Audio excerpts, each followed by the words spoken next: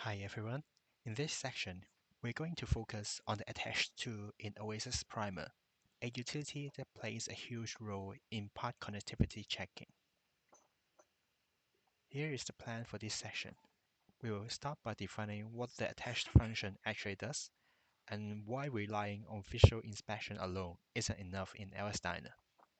Then we will cover the scenarios where this tool is the most useful, particularly for checking parts connections and sub-assemblies. Finally, we will jump into a live demonstration.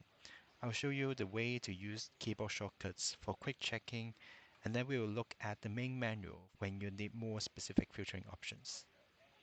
In your LS-DYNA model build-up, seeing isn't always believing. You'll have two parts that look perfectly on screen.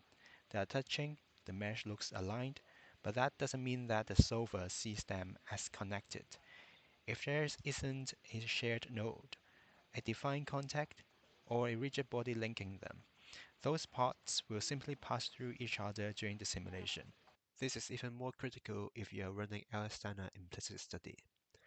In explicit analysis, a loose part might just fly away, but in implicit, every node must be constrained to generate a valid solution. If a part is floating, the solver cannot invert the stiffness matrix, leading to singularity errors and immediate termination. The attached tool solves this problem. It looks past the visual geometry and interrogates the database to see what is linked into your selection.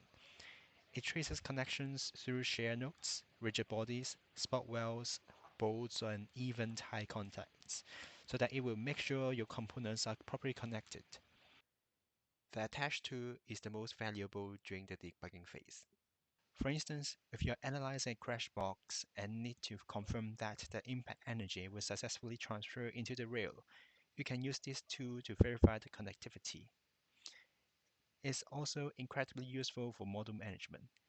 If you need to isolate a specific subassembly, say a steering wheel, you can pick just one part and then ask OS Primer to grow the selection to find everything else attached to it. This saves you from the tedious task of manually picking dozens of small components. Let's move into Primer and see this in action. I will start with the technique you will use 90% of the time, which is the keyboard shortcut. I've isolated the bumper beam here. I want to check if it is properly welded to the crash cans. Instead of opening the manual, I'm just going to hover my mouse over the window and then press the J key. Instantly, Primer unblanks the entities connected to the beam. You can see that no rigid body has appeared. If I hit J a second time, the crush box plate shows up. This confirms a valid connection. As I continue to press it, the tool finds the crush box and the backing plates attached to it. It is a fantastic way to walk down the load path of a vehicle structure step by step. Sometimes, however, the J key may bring up too much data. For more precision, we'll use the full menu. Go to Tools and select Attached. This panel gives us much more precise control. Look at the filter section here. Suppose I want to unblank the tire connected to this hub, but I don't want to unblank the rim. I can tell Primer to look only for the attached elements, while ignoring the constraint connection that links to the rim. When I click Apply, only the tire appears, keeping my view clean. I also want to highlight the recursive mode. If you check this box, Primer won't stop at the first connection. It will run a continuous loop until it finds the end of the chain or hits the iteration limit.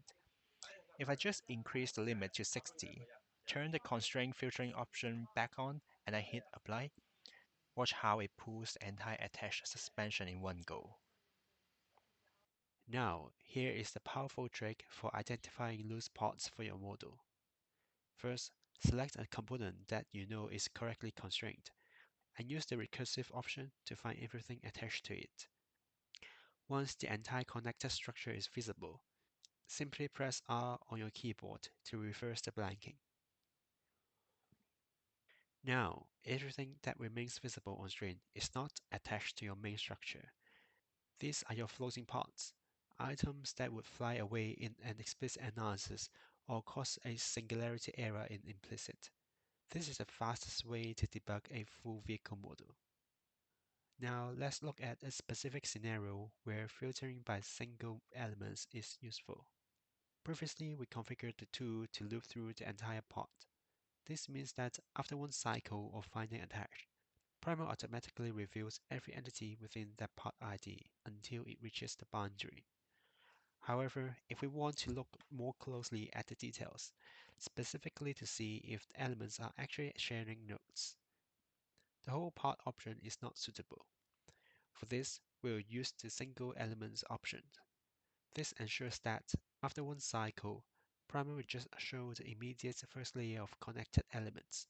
This allows you to examine the element connection more precisely. Here, let me pick this pink part in the subframe and lock the view to isolate it. First, if I use the previous attached part option and pick this corner element, the whole subframe part appears instantly when I click apply. If I do it again using this single element option instead, you can see that only the first surrounding layer of elements is shown. This confirms the mesh is good in this area. This function is very useful for checking the mesh quality of the model. For example, if I pick this other corner and apply it again, I notice something strange. Only a line of elements is shown. This tells me immediately that there's something wrong with the mesh quality. When I take a close look, I discover that these elements are not sharing nodes with their neighbors. This method gives me an easy way to spot the discontinuity in the mesh. Now I know that I simply need to merge these nodes together. Before we wrap up, here is a summary of the different settings we discussed.